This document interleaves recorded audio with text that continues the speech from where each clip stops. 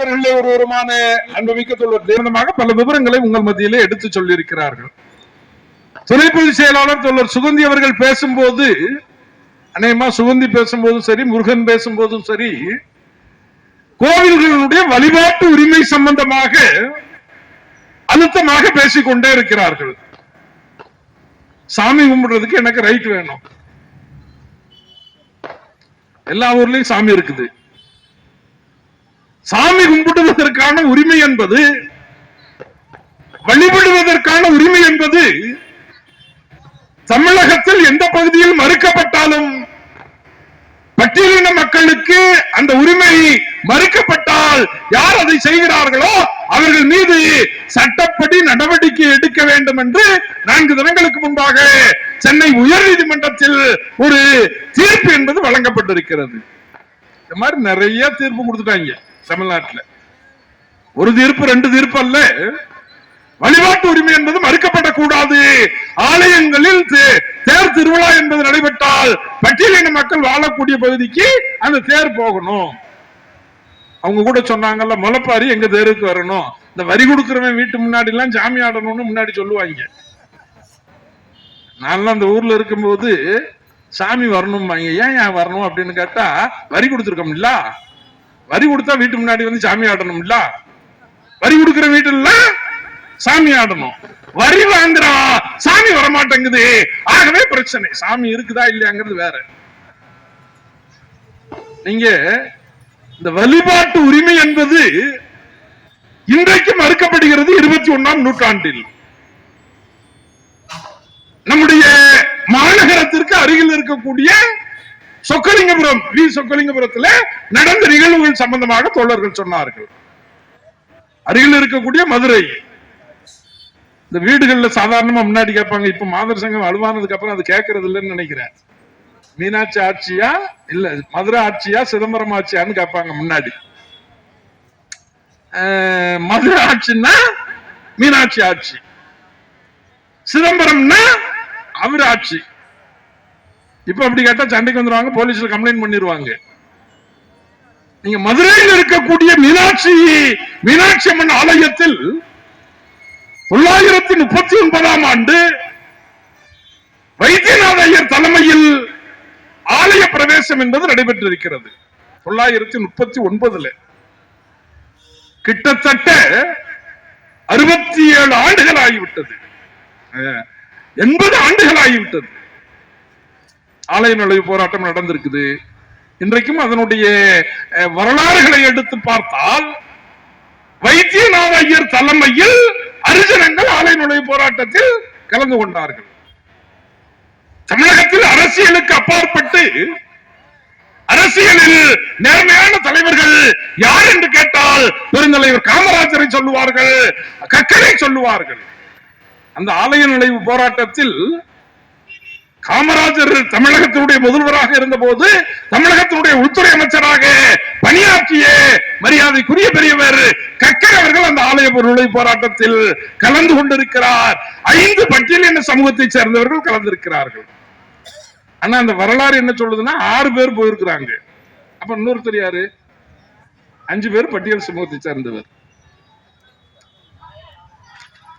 இன்னொருவர் யார் என்றால் விருதுநகரை சேர்ந்த சண்முகம் நாடார் என்ற ஒருவர் அந்த ஆலய நுழைவு போராட்டத்தில் வைத்தியநாத ஐயர் அவர்களால் அழைத்து செல்லப்பட்டிருக்கிறார். இப்ப நீங்க யோசிச்சு பார்த்துக்கோங்க வீட்டுல போய். இது 1939 நடந்த ஆலய பிரவேசம்.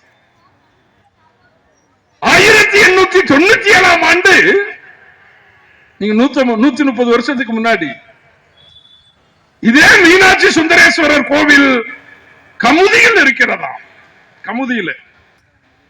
கமுதியில் இருக்கக்கூடிய கோவிலில் அன்றைக்கு 130 ஆண்டுகளுக்கு முன்பு மூக்கையா நாடார் தலைமையில் கமுதியில் இருக்கக்கூடிய நாடார்கள் எல்லாம் அந்த ஆலயத்தில் அத்துமீறி நுழைந்தார்கள் என்று ஆலய நுழைவு போராட்டம் 130 வருஷத்துக்கு முன்னாடி நாடார் சமூக மக்கள் கமுதியில நடத்தி இருக்கிறாங்க.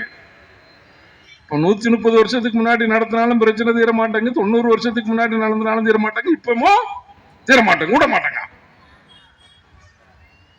ஒரு முறை ஈரோடு மாவட்டத்தில் முடக்குறிச்சின்னு ஒரு ஊரு. அப்ப தமிழகத்தினுடைய அறநிலையத்துறை அமைச்சர் ராமசாமின்னு ஒருத்தர் இருந்தாரு. அவர் அந்த தொகுதியினுடைய சட்டமன்ற உறுப்பினர், அறநிலையத்துறை அமைச்சர். அவர் ஊர்ல இருக்கக்கூடிய அறநிலையத்துறைக்கு சொந்தமான ஈஸ்வரன் கோயிலில் பட்டியலின சமூகத்தை சேர்ந்தவர்கள் சாமி கும்பிட அனுமதிக்கப்படுவது கிடையாது. என்னுடைய தலைமையில் ஆலய நுழைவு போராட்டம். 1200 பேரு ரொம்ப கத்தோட போனோம். நாங்க போறத பார்த்த உடனே உள்ள இருக்கிற சாமி, சாமின்னா அந்த சாமி இல்ல, மணியாற்ற சாமி. மணியாற்ற சாமி அங்கிருந்து தட்டோட தீபாதரங்களை எடுத்து வெளியே வந்துட்டாரு. என் கூட வந்தவங்களுக்கு எல்லாம் சந்தோஷம் தாங்க முடியாதுன்னா, நீங்க வந்ததுனால சாமியே வெளியே வந்துட்டுனா. ஏன்டா அவன் நம்ம உள்ள வந்துடக்கூடாதுங்கிறதுக்காக அவன் வெளியே வரான்டா? அது புரிய மாட்டேங்குது. இவன் என்ன நினைச்சுக்கிட்டு இருக்கான்னா, அவன் பயந்துட்டான், அதனால நம்மளை பார்க்க வந்துட்டான். அப்பமும் அவனுக்கு என்ன வருதுன்னா, உள்ள வராம இருக்கிறதுக்கு என்ன செய்யணுமோ அதை செஞ்சு ரோட்டுக்கு வந்து, ஆனா நீங்க எல்லாம் இவ்வளவு தூரம் வரலாமா சாமிங்க, நம்மள சாமிங்க. இன்னைக்கு நம்ம என்ன பேசிட்டு இருக்கிறோம் தமிழ்நாட்டுல? இந்த அமைப்பு உருவாக்கப்பட்ட போது நேஷனல் கமிஷன் ஃபார் எஸ்சி அப்படின்னு ஒரு தேசிய ஆணையம் இருக்கிறது.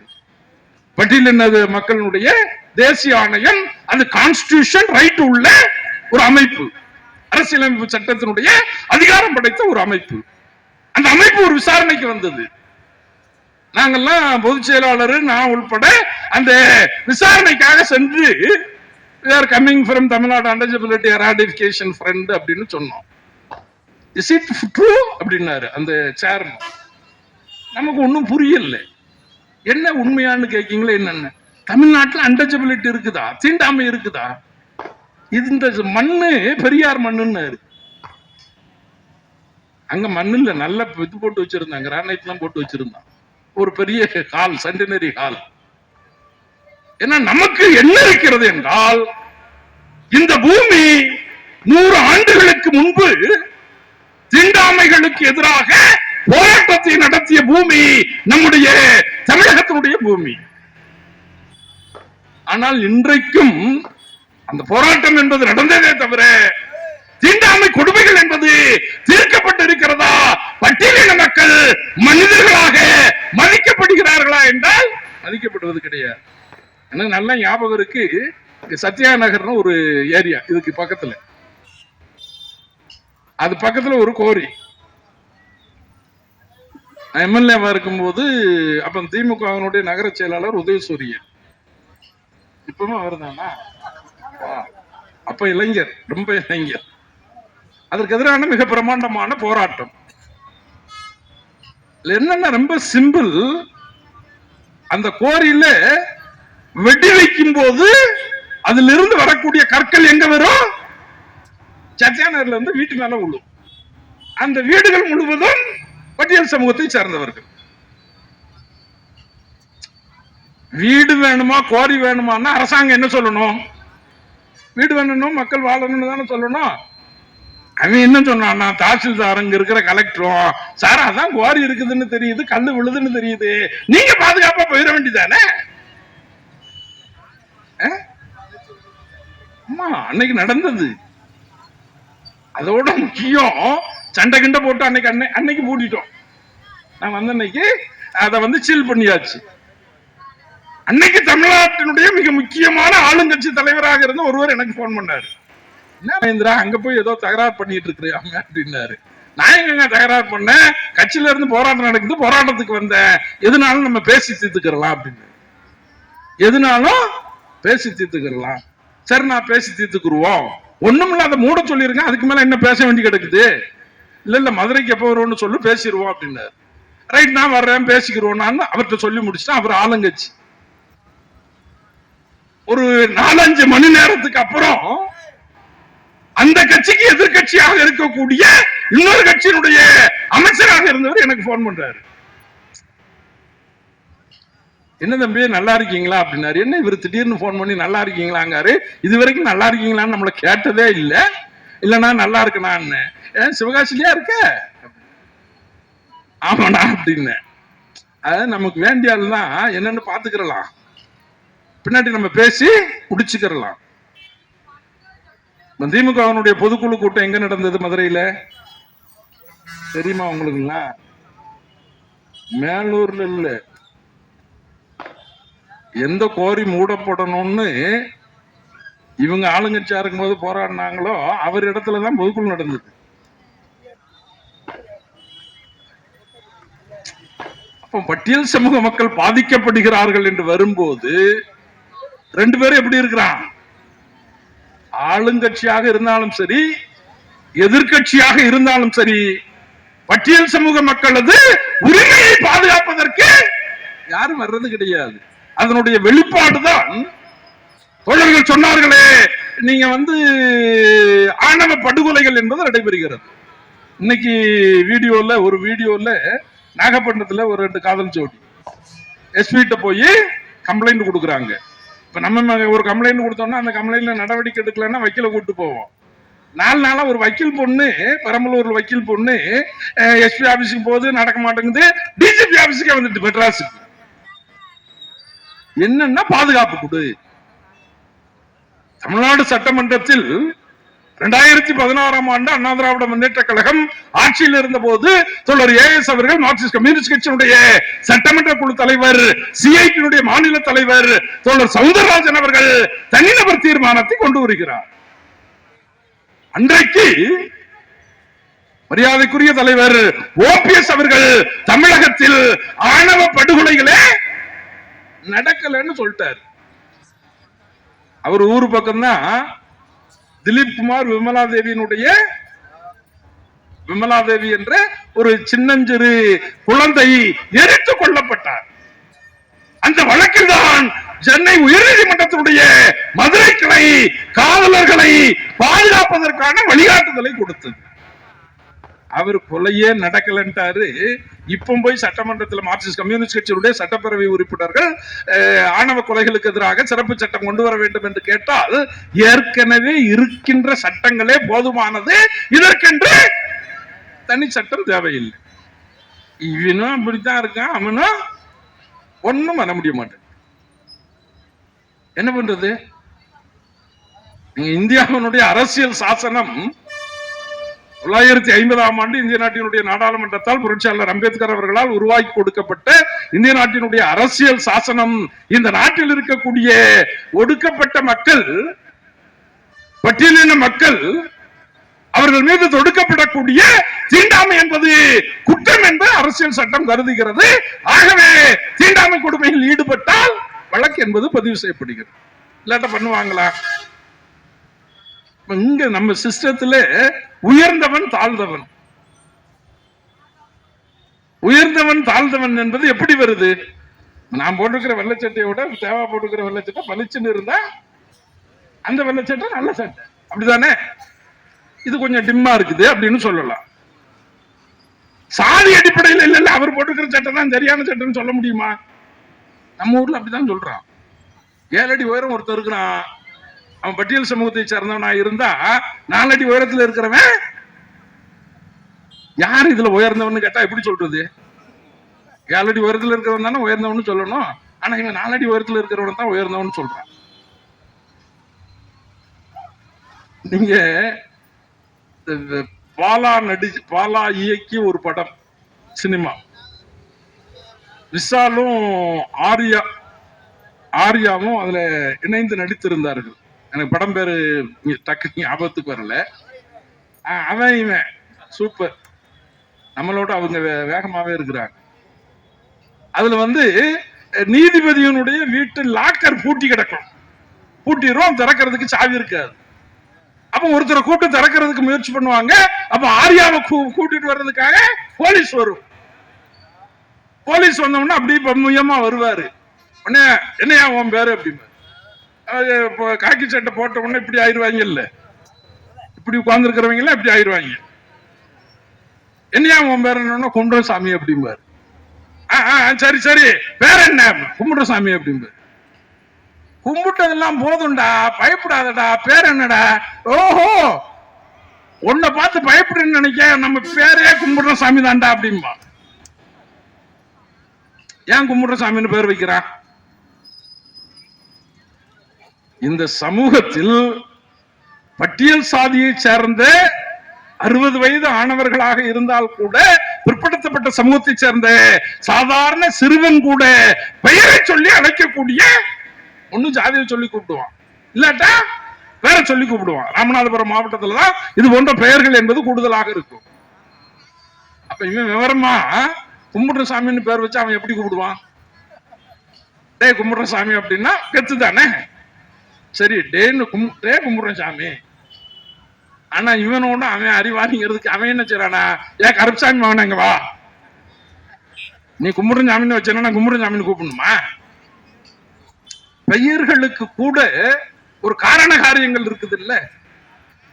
ஹைகோர்ட் துறை, டெல்லி பாபு, இந்த பெயர்கள் எல்லாம் ஏன் வைக்கப்படுகிறது என்றால் தான் மற்றவர்களால் இழிவுபடுத்தப்படுகிறோம், தன்னுடைய பெயரிலாவது ஒரு இது இருக்கணுங்கிறதான இந்த பெயர்கள் எல்லாம் வைக்கிறாங்க. அதெல்லாம் சாதாரணமாலாம் நினைக்க முடியாது. இன்னைக்கு அப்படி நிலைமை என்பது தமிழ்நாட்டில் இருக்குதா இல்லையா? ஆனா பொதுவா கேட்டா என்ன சொல்லுவாங்கன்னா 21ஆவது நூற்றாண்டில அப்படி இருக்கிறது, 22 வந்தாலும் அப்படிதான் இருக்கும். ஏன்னா நம்முடைய சிந்தனை என்பது நம்மை அறியாமலே நம்முடைய மூளையில சுயசாதி பெருமை, சுயசாதி பெருமை என்பது ஒண்ணு இருக்குது இல்ல. அவன் எல்லாவனுமே ஆண்டவனா, அப்ப எவன் தான் கீழே இருந்தான்னு ஒண்ணும் புரிய மாட்டேங்குது. எல்லாரும் நீங்க யார கேட்டாலும் இப்ப ஒரு ஆராய்ச்சி நடத்துறாங்க. எனக்கு வேண்டிய ஒரு தம்பி யாசர்பாடியில திடீர்னு ஒரு நாள் என்ன எங்கனா இருக்க அப்படின்னா வீட்டுல இருக்கேன், நான் வரேனா அப்படின்னா வாடா வாடா என்னடா அப்படின்னா இவ்வளவு பெரிய இது பேப்பரா கொண்டு வந்தோம். நான் ராஜராஜ சொல்ல யார தெரியுமாண்ணா அப்படின்னு. ஆமாடா அவரு தஞ்சாவூர்ல மன்னரா இருந்தாரு, என்னடா பிரச்சனை அப்படின்னு. நான் அவர் நம்ம ஜாதிக்காரனா? ஏண்டா 2000 வருஷத்துக்கு முன்னாடி எவன்டா போய் பிரசவம் பார்த்தது? என்னடா நினைச்சுக்கிட்டு இருக்கீங்க? இல்ல மத்த ஜாதிக்கெல்லாம் மன்னர்கள் இருக்காங்க, நம்ம ஜாதிக்கு மட்டும் இல்ல இல்ல, அதனால நம்ம ஒரு ஏற்பாடு பண்ணிடுவோம். கண்டுபிடிக்கிறாங்க எங்க எங்க எதாவது அவங்க இப்ப எங்க பிறந்தாங்க அது பிறந்தாங்கிறதெல்லாம் நமக்கு தெரியுதோ இல்லையோ, ஏதாவது ஒரு வரலாறு புதுசா இவங்களே சொல்லி பேச ஆரம்பிச்சுட்டாங்கன்னா கொஞ்ச நாள் பேசிக்கிட்டே இருந்தோம்னா இருந்தாலும் இருக்கும் கொஞ்சம் பேரு. ஆமாப்பா இருக்கிறதுக்கு வாய்ப்பு இருக்குதுப்பா, இவங்க இந்த வழியா வந்தாங்க அந்த வழியா வந்தாங்கன்னு வழியை நம்ம தேடுறோம் இல்ல. இப்போ சமீபத்துல ஒரு வீடியோ பரவலா போயிட்டு இருக்கு. நான் ஊர் பேரை சொல்ல விரும்பல, ஆள் பேரை சொல்ல விரும்பல. அந்த அவர்கள் பட்டியலின மக்கள் ஒரு கோவில்ல சாமி கும்பிடணும்னு கோவில் கிட்ட பாக்குறாங்க, முயற்சி பண்றேன், 30 வருஷமா முடியல. நான் எனக்கு வேண்டிய சில நண்பர்களோடு அந்த பகுதியில் பேசினேன். என்னதாண்டா உங்களுக்கு பிரச்சனை, ஏன்டா அவங்க கெட்டினா கட்டிட்டு போறான், புறம்போக்கட்டம் தானடான்னு. அவன் எனக்கு காலேஜில் என்னோட ஒன்னா படிச்சோம், மாப்பிள்ள அந்த சிலை கால் மேல கால் போட்டு அந்த சிலை செஞ்சிருக்காங்க. சரி செஞ்சுட்டு போறாங்க, உங்களுக்கு என்ன? அந்த காலு எங்க தெருவை பார்த்துருக்குங்க. என்ன இது காலு இவங்க இப்படி சிலை போட்டு இப்படி இருந்ததுன்னா அது எங்க இருக்கும், அப்படித்தானே இருக்க முடியும். அப்போ அந்த வன்மம் என்பது எந்த அளவிற்கு இருக்கிறது? வன்மம் தானே இது. படிப்பில் ஒருவன் உயர்ந்தவன் என்றால் படிப்பில் அவன் உயர்ந்தவன் சொல்லி தப்பு கிடையாது. வீரத்தில் ஒருவன் உயர்ந்தவன் என்றால் வீரத்தில் அவன் சிறந்தவன் என்று சொல்லி தப்பு கிடையாது. ஆனால் ஜாதியின் அடிப்படையில் உயர்ந்தவன் தாழ்ந்தவன் என்று பேசுவது உலகத்தில் வேற எந்த நாடுகளிலும் கிடையாது. மலக்குழி மரணம் சம்பந்தமாக தோழர்கள் சொன்னார்களே, இந்தியாவில் தானே தொழில் என்பது ஜாதி அடிப்படையில் இருக்கிறது. நீங்க இந்தியாவில இருந்து படிக்க போறாங்கல்ல பசங்க வெளிநாடுகளுக்கு, தோழர் சொன்னது கிடையாது. சாதாரணமாக வெளிநாடுகளில் இருக்கக்கூடிய கல்வி நிறுவனங்களுக்கு படிக்க செல்லக்கூடிய மாணவர்கள், வசதியான மாணவர்கள் கூட குடும்பம் அனுப்பக்கூடிய பணத்திலிருந்து படிக்க முடியாது. அந்த ஊர்ல ஏதாவது ஒரு வேலை பார்க்கணும், ஏதாவது ஒரு வேலை பார்த்தால்தான் படிக்க முடியும், இல்லை என்றால் படிக்க முடியாது. படிப்பு முடிந்து ஒரு 6 மாத காலம் 8 மாத காலம் வரை அவர்களுக்கு வேலை கிடைப்பதற்கான பர்மனன்ட் வேலை கிடைக்காது. விசா ரத்தானால ஆகிருங்கிற பயம் இருக்கும் போது அவன் வேலை பார்த்தால் அந்த நாடுகளில் நம்ம ஊரு மாதிரி அவன் வேலை, இங்க எது தப்பான வேலை எது கீழான வேலைன்னு சொல்றானோ இந்த வேலையை கூட அவன் அங்க பார்ப்பான். ஏன்னா அந்த நாட்டுல அந்த தொழில் என்பது ஜாதியின் அடிப்படையில் இல்ல, அது ஒரு தொழிலாக அங்கீகரிக்கப்பட்டிருக்கிறது. நீங்க இங்க ட்ரைனேஜ் சிஸ்டம் இருக்கான்னு எனக்கு தெரியல, சிவகாசியில இல்ல. ஆனா மாநகராட்சி மாநகர செயலாளர் ட்ரைனேஜே இல்லை. ட்ரைனேஜ்ல ஒரு 30 அடி 40 அடிக்கு ஒரு இது இருக்கும். இன்ஜினியர் என்ன சொல்றாரு பாருங்க, மேனுவல்லாம். அப்ப மனிதன் தானே இறங்கணும். மேனுவல்னா மனித நுழைவாயில் தானே தமிழகம். அப்புறம் எதுக்கு சண்டை போடுறோம்? எப்படி வச்சிருக்கான் பாருங்க. நம்மளையே அதை எதிர்த்து பேசுற நம்மளையே சாதாரண வார்த்தையாக மாத்திட்டான்ல மேனுகோல். நான் எம்எல்ஏ வரும்போது அது என்ன மேனுகோல்னு இப்படி பார்ப்பேன். அப்ப அவன் சொல்லுவாங்க, ஏன்னா படி போட்டுருக்கு பாருண்ணா அப்படிமா. சைட்ல படி போட்டுருப்பாங்க உள்ள இறங்குறதுக்கு. இப்பவும் அரசாங்கம் என்ன நினைக்குதுன்னா, நவீன கருவிகளை கொடுத்து எப்படி உள்ள இறக்கிறது. டெல்லியில இப்ப ஒரு ரிசர்ச் நடந்துகிட்டு இருக்குது. சிலிண்டரை மாட்டி விட்டுட்டு உள்ள இறக்குனா மூச்சு திணறாம சாகாம இருந்துருவான். இறக்க கூடாது என்று 2013 சட்டம் என்பது வந்தாலும் உச்ச நீதிமன்றம் தொடர்ந்து வலியுறுத்தினாலும் அரசாங்கங்களுடைய புத்தி எங்க இருக்குது? இறக்கிடலாம். அது என்ன, இந்த தொழிலின் அடிப்படையில் தானே இந்தியாவில் ஜாதி. தலையில் பிறந்தவன் யாரு? பிராமணரு. தோல்ல பிறந்தவரு சத்திரியரு. தொடையில பிறந்தவரு வைசியர். கால்ல பிறந்தவரு சூத்திரரு. பஞ்சமர் எதுல பிறந்தாரு? அவர்கிட்ட பெரியார்கிட்ட கேட்கும் போது அவர் என்ன சொல்லி இருக்கிறாருன்னா, அவர் தலையில பிறந்திருக்கிறாரு, ஒருத்தர் தோல்ல பிறந்திருக்கிறாரு, ஒருத்தர் தொடையில பிறந்திருக்கிறாரு, இன்னொருத்தர் கால்ல பிறந்திருக்கிறாரு, நாங்க யாருன்னு கேட்டிருக்கிறாங்க. பெரியார் தான் என்ன சொல்லி இருக்கிறாருன்னா, நீ மட்டும்தான்டா அப்பனாத்தாவுக்கு பிறந்திருக்கிற, கவலைப்படாத, சந்தோஷமா இரு அப்படின்னு இருக்கிறார். நீங்க கொஞ்சம் யோசிச்சு பாருங்க. தொழிலின் அடிப்படையில் ஜாதி உருவாகிறது. ஜாதியின் அடிப்படையில் ஏற்றத்தாழ்வு என்பது கடைபிடிக்கப்படுகிறது. முன்னாடி இந்தியாவில் தான் நாம் என்ன சொல்லுவோம்னா, ஜாதி இருக்கிறது. உலகத்தினுடைய எந்த நாடுகளிலும் ஜாதி என்பது கிடையாது. ஜாதிய பாகுபாடு என்பது கிடையாது. ஜாதி பாகுபாடு இல்லைன்னு சொல்லுவோம். ஆனால் இந்தியர்கள் கடல் கடந்து இப்பொழுது எந்த நாட்டிற்கெல்லாம் சென்றிருக்கிறார்களோ அந்த நாடுகள் முழுவதிலும் ஜாதி என்பது வந்துட்டு. நம்மால் போகும்போது பெட்டி படுக்கையோடு மட்டும் போக மாட்டாங்க, பெட்டி படுக்கையோட சேர்ந்து ஜாதியையும் கூட்டிட்டு போறோம்.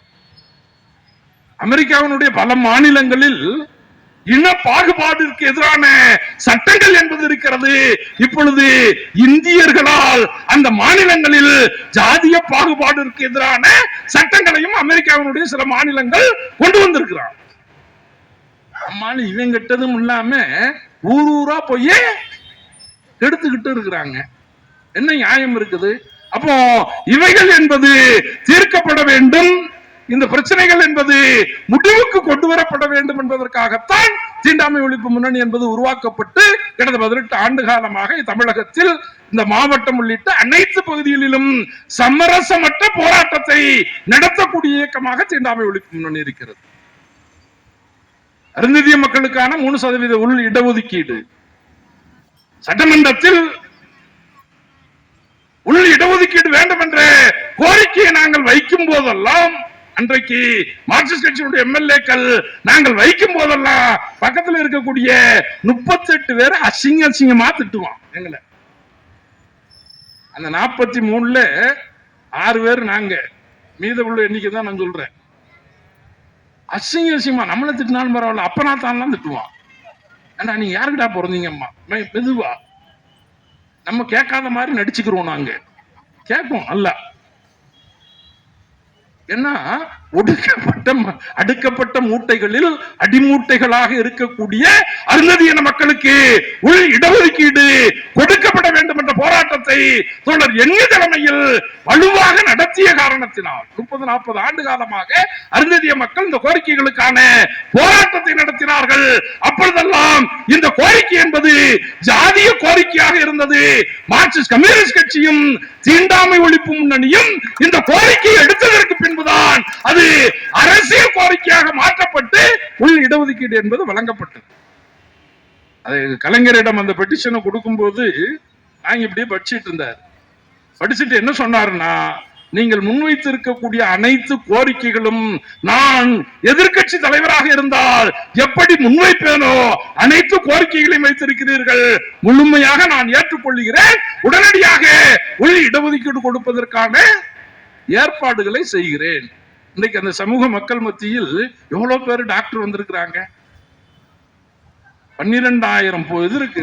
தமிழ்நாட்டில் இருக்கக்கூடிய 77 கல்லூரிகள், மருத்துவ கல்லூரிகள் மட்டும் தமிழ்நாட்டில் 77 அரசு கல்லூரிகள், தனியார் கல்லூரிகள், பல்கலைக்கழக நிகர்நிலை பல்கலைக்கழகங்களை சேர்த்து 77 மருத்துவ கல்லூரிகள்.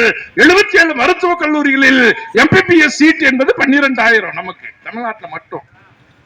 12,000த்துல 15% மத்திய அரசினுடைய ஒதுக்கீட்டிற்கு போனாலும் கூட நூற்றுக்கணக்கான அருந்ததிய மாணவர்கள் மருத்துவர்களாக கடந்த 10 ஆண்டுகளுக்கு மேல் வந்திருக்காங்களா இல்லையா? இது யாரால் கிடைத்தது என்றால் தீண்டாமை ஒழிப்பு முன்னணி மார்க்சிஸ்ட் கம்யூனிஸ்ட் கட்சி நடத்திய போராட்டத்திற்கு கிடைத்த வெற்றி. இன்னைக்கு பலர் சொல்லுவாங்க அப்படி நடந்தது இப்படி நடந்தது. ஏன்னா நடக்கும்போது நான் இருக்கிறேன், உள்ள இருக்கிறேன். அப்ப அந்த பட்ஜெட் அந்த ஆண்டினுடைய 2008ஆம் ஆண்டினுடைய பட்ஜெட் தாக்கல் செய்யும் போது மரியாதைக்குரிய தமிழகத்தினுடைய அன்றைய முதல்வர் கலைஞர் அவர்கள் உள் இடஒதுக்கீடு என்ற தலைப்பில் மார்க்சிஸ்ட் கம்யூனிஸ்ட் கட்சியினுடைய மாநில செயலாளர் தோழர் என் வரதராஜன் அவர்களுடைய வேண்டுகோளை ஏற்று அருந்ததியின மக்களுக்கு 3% உள் இடஒதுக்கீடு வழங்குகிறோம் என்று பட்ஜெட்ல சொன்னாரு. இப்ப நான் பேசிட்டு வெளியே போனோம்னா நீ இப்படி பேசினு என்கிட்ட கேட்டா நான் நொல்லன்னுட்டு போயிடலாம். நான் அப்படி சொல்லணும், நான் இந்த அர்த்தத்துல சொன்னேன். இப்ப பூரா அப்படிதான் பேசுறாங்க. ஏன்னா நீ என்ன அர்த்தத்துல சொன்னு எனக்கு அப்படி தெரியும். நீ என்ன டெலிவரி பண்ணையோ அதை தானே நான் சொல்ல முடியும். ஆனால் சட்டமன்றத்தில் நான் பேசிவிட்டு பேசலாம் சொல்ல முடியாது. அவன் எழுதி நான் பேசின மறுநாளே டைப் அடிச்சு கையெழுத்து என்கிட்ட வாங்கிடுவான். நான் ஏமாத்தலாம் முடியாது. அந்த டாக்குமெண்ட்ல என் வரதராஜன் பேர் தான் இருக்குது. அதற்கான போராட்டத்தை தமிழகத்தில் முன்னெடுத்தது மார்க்சிஸ்ட் கட்சி, தீண்டாமை ஒழிப்பு முன்னணி. இன்னைக்கு தமிழகத்தில் சுதந்தி சொன்னாங்கல்ல, அதாவது இந்தியாவினுடைய முதல் குடிமகனாக ஜனாதிபதியாக ஒரு பட்டியல் சமூகத்தை சேர்ந்தவர் வந்துவிட முடியும். ஜனாதிபதி இப்ப யார் இருக்கிறா? பட்டியல் பழங்குடி. ஆனா பார்லிமெண்ட் திறக்கும் போது தான் உள்ள விட மாட்டான். பூரி ஜெகநாதர் கோயிலுக்கு தான் உள்ள விட மாட்டான். ஆனாலும் இந்தியாவினுடைய முதல் குடிமகன் ஜனாதிபதி. ஏற்கனவே KR நாராயணன் இருந்தாரு. அதற்கு பின்பு ராம்நாத் கோவிந்த் இருந்தார். இந்த நாடு இந்திய நாட்டினுடைய ஜனாதிபதியாக ஒரு பட்டியல் சமூகத்தை சேர்ந்தவரை ஏற்றுக்கொள்ளுகிறது. ஆனால் உள்ளூர்ல இருக்கிற பஞ்சாயத்து தலைவரா பட்டியல் சமூகத்துக்காரன் வர்றத ஒத்துக்காது. ஏன்னா முர்மு அம்மா நம்ம ஊர் பஞ்சாயத்துல சேர்ல உட்கார போதா? அது எங்கேயா உட்கார்ந்துட்டு இருக்க போது, என்னைக்காவது பேச போது பேசினா பேசிட்டு போகுது. ஆனா எனக்கு கீழே இருக்கக்கூடிய இவன் பஞ்சாயத்து தலைவரா இவன் உட்கார்ந்துகிட்டு இருப்பான். நான் அவனுக்கு கீழே வேலை பார்க்கணுமாங்கிற எண்ணம் என்பது இருக்கிறதா இல்லையா? அதனுடைய வெளிப்பாடுதான் தேசிய கொடியை ஏற்றுவதற்கான உரிமை என்பது பஞ்சாயத்து தலைவர்களுக்கு மறுக்கப்பட்டது. நான் சமீபத்தில் தமிழகத்தினுடைய தலைமைச் செயலாளராக இருந்த இறையன்பு IAS பேட்டி ஒன்ன பார்த்தேன். அவர் என்ன சொல்றாருன்னா, உங்களது IAS வாழ்க்கையில் நீங்கள் சாதித்ததாக எதை நினைக்கிறீர்கள் என்று கேட்கும்போது அவர் என்ன சாதாரணமா சொல்றாரு, 2 ஆண்டுகளுக்கு முன்பு சுதந்திர தினத்தில் பட்டியல் சமூகத்தை சேர்ந்த பஞ்சாயத்து தலைவர்கள் கொடியேற்றுவதற்கான அனுமதி மறுக்கப்படுகிறது என்று ஒரு அமைப்பின் சார்பாக, அதுல கூட அவன் பாருங்க ஒரு அமைப்பு, ஏன் அதுல பேர் இல்லை எங்களுக்குலாம், அப்பனா தான் எங்களை பேர் இல்லாமையா பத்து போட்டாங்க. ஒரு அமைப்பு கோரிக்கை வைத்தது. உடனடியாக தமிழகத்தில் இருக்கக்கூடிய அனைத்து பட்டியல் சமூகத்தை சேர்ந்த பஞ்சாயத்து தலைவர்கள் தேசிய கொடியை ஏற்றுவதை நாங்கள் உறுதிப்படுத்தினோம், ஆணை வெளியிட்டோம். அதுதான் எனக்கு மகிழ்ச்சியான நிகழ்வுன்னு சொன்னார். தமிழ்நாட்டில் பட்டியல் சமூகத்தை சேர்ந்த பஞ்சாயத்து தலைவர்கள் தேசிய கொடியை ஏற்றுவதற்கான உரிமையை பெற்றுக் கொடுத்தது தமிழ்நாடு தீண்டாமை ஒழிப்பு முன்னணி என்பதை எங்களால் நெஞ்சை நிமிர்த்தி சொல்ல முடியும். வேற யாராவது பண்ணாங்களா? திருவள்ளூர் மாவட்டத்தில் இறையன்பை முதல் நாள் சாயங்காலம் போய் நின்று கொடியேற்றுறதை கேரண்டி பண்ணதோடு மட்டுமல்ல, மறுநாள் என்ன பண்ணாங்கன்னா கொடியேற்றுறதை போட்டோ எடுத்து அனுப்புங்க அப்படின்னாங்க. இங்க பூரா ஊர்ல போட்டோ எடுத்து அனுப்பிக்கிட்டு இருந்தோம். அப்பதான் பல பஞ்சாயத்து தலைவர் நம்மளும் பஞ்சாயத்து தலைவர் தானுங்கிறது அப்பதான் இவனுக்கே தெரியும். இதெல்லாம் தமிழ்நாட்டில் பெற்றுக் கொடுத்தது. ஏன்னா ஒரு பாகுபாடு என்பது கடைபிடிக்கப்படுகிறது. அந்த பாகுபாடு முறியடிக்கப்பட வேண்டும், தீர்க்கப்பட வேண்டும். பிறப்பின் அடிப்படையில் உயர்ந்தவன் தாழ்ந்தவன் என்று சொல்லுவதை ஏற்றுக்கொள்ள முடியாது.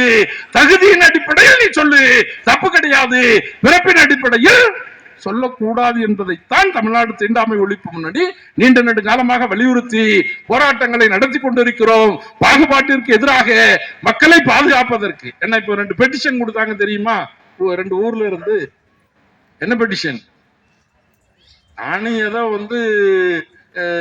அது என்ன காரு, ஒரு கார் வந்துருக்கு, ஆடிலேயே விசேஷமான ஒரு காரு. அதுதான் கேட்டு சோந்திக்கிட்ட பெட்டிஷன் கொடுத்தாங்கன்னு போட்டா சுடுகாட்டுக்கு பாதை வேணும், சுடுகாட்டுக்கு பாதை வேணும். அப்பவும் நம்ம ஆளு போகும்போது என்ன வேணும்னு தான் கேட்கிறாங்க, வாழ்றதுக்கு என்ன வேணும்ட்டு கேட்க தெரியல. பிறந்ததிலிருந்து சாகும் வரை நான் பாகுபாடுக்கு உட்பட்டு நடத்தப்படுகிறேன் என்பதுதானே உண்மை. நீங்க ஒரு முறை கலைஞர் முதலமைச்சரா இருக்கும் போது தலைஞாயிறு ஒன்றியத்துல இது போல சமத்துவ சுடுகாடு பிரச்சனை வந்தது. பத்திரிகையில செய்தி வந்துட்டு கலைஞர் என்ன பண்ணாருன்னா, பாலபாரதி சட்டமன்ற குழு துணைத் தலைவர், நான் கொறடா ஒரு சீட்டு கொடுத்து 2 பேரும் வாங்க அப்படின்னாரு. நாங்க போனோம் மேல, அவர் ரூமுக்கு சாம்பருக்கு போன உடனே ஒரு சீக்கிரத்துல ஒரு செய்தி வந்திருக்கு பாத்தியா அப்படின்னாரு. நம்ம போய் படிக்கல, இருந்தாலும் அவன் சொல்ல முடியாது இல்ல. ஆமா ஆமா படிச்சோம். ஏப்பா என்வி பெட்டிஷன் அனுப்பி இருக்கிறாரு, நேற்று பெட்டிஷன் அனுப்புனா இன்னைக்கு தானே வந்து சேரும். தீக்கதற்கும் அனுப்பி இருக்கிறாரு, எனக்கு அனுப்பி இருக்கிறாரு. தீக்கதில செய்தி போட்டாங்க, ஆனா எனக்கு வரலன்னாலும் பரவாயில்ல. உடனடியா அந்த கலெக்டரை கூப்பிட்டு பேச்சுவார்த்தை நடத்த சொல்லியிருக்கேன். 10 மணிக்கு பிரச்சனை தீர்ந்து போயிடும். என்ன பண்ணுவாங்க அப்படின்னு கேட்டோம். என்ன பண்ணுவாங்கன்னு கேட்டபோது கலைஞர் என்ன சொன்னாருன்னா, அந்த ஊரில் அந்த ஒன்றியத்தில் சமத்துவ சுடுகாடுகளை உருவாக்குவதற்கு கலெக்டர் தலைமையில் நடவடிக்கை எடுக்க சொல்லி இருக்கிறோம். இந்த சமத்துவ சுடுகாடு என்பது வந்துட்டுன்னா சுடுகாட்டுக்கு பாதை வேணும்னு கேட்போமா? எவஞ்சத்தாலும் ஒரே இடத்துல புதைச்சிட்டு போங்க. இப்ப மெட்ராஸ்ல அப்படிதான், சென்னையில இப்படி வந்தது. சுடுகாட்டுல புதைக்கிற சிஸ்டம் இருக்குது. சென்னையில குடியில இடம் இல்ல, எல்லாத்தையுமே எரிச்சிருவோம். அப்ப கொஞ்சம் பேர் இல்ல எங்க ஜாதியில நாங்க எரிக்க மாட்டோம். உங்க ஜாதியில எரிக்க மாட்டேயா? புதைக்கிறதுக்கு என்கிட்ட இடம் இல்லையே, அதனால எல்லாத்தையுமே கேஸுக்கு கொண்டு போயிருவோம் அல்லது எலக்ட்ரிசிட்டி கொண்டு போயிருவோம்னு சொல்லி கொண்டு வந்தாங்க. ஒரே நாள் நைட்டா எல்லா கலரையும் இடிச்சு விட்டோம். அதுல செல்ல கலரை தப்பிச்சுட்டுன்னு வச்சுக்கோங்களேன். அப்போ சமத்துவ சுடுகாடு இருந்ததுன்னா அந்த பிரச்சனை வருமா? வராது. ஏன் அரசாங்கம் நினைச்சா பண்ண முடியாது? சமத்துவ சுடுகாடு இருந்தா தான் உன் பஞ்சாயத்துக்கு நிதி தருவேன், இல்லாட்டா தரமாட்டேன். ரொம்ப சிம்பிள். பஞ்சாயத்துக்கு நிதி வேணும் இல்ல, ரோடு போடணும், தண்ணி கொடுக்கணும், குப்பை எடுக்கணும், இதுக்கெல்லாம் அரசாங்கத்தோட நிதி வேணும். அட சுடுகாடு தானப்பா, இருந்தா இருந்துட்டு போகுதுன்னு சொல்லுவானா மாட்டானா? ஆனா கவர்மெண்ட் சொல்ல மாட்டாங்க. நம்ம சண்டை போட்டுக்கிட்டே இருக்கிறது அவங்களுக்கு நல்லது, அது பாத்துக்கிறலாம். அப்போ நீங்க பிறந்ததிலிருந்து சாகும் வரை பட்டியலின மக்கள் இன்றைக்கு பாகுபாடுக்கு உட்படுத்தப்படுகிறார்கள். இதற்கு எதிராக ஒரு வலுவான இயக்கம் என்பது முன்னெடுக்கப்பட வேண்டியிருக்கிறது. அப்படிப்பட்ட இயக்கத்தை பட்டியலின மக்கள் மட்டுமல்ல, தீண்டாமை ஒழிப்பு முன்னணியை பொறுத்தவரை, நாங்கள் நடத்தக்கூடிய போராட்டத்தை பொறுத்தவரை, பட்டியலின மக்களை விட 2 மடங்கு 3 மடங்கு பிற்படுத்தப்பட்ட சமூக மக்கள் தான் பட்டியலின சமூக மக்களுடைய உரிமைகளுக்கான போராட்டத்தில் முன்னணியில் நின்று போராடி கொண்டிருக்கிறார்கள், பாடுபட்டு கொண்டிருக்கிறார்கள். ஆகவேதான் அது சாதிய பிரச்சனையாக அல்லாமல் சமூக பிரச்சனையாக மாற்றப்பட்டுக் கொண்டிருக்கிறது. அப்படிப்பட்ட போராட்டங்கள் மேலும் தமிழகத்தில் முன்னெடுப்பதற்கு தீண்டாமை ஒழிப்பு முன்னணியை ஆதரிக்க வேண்டும்.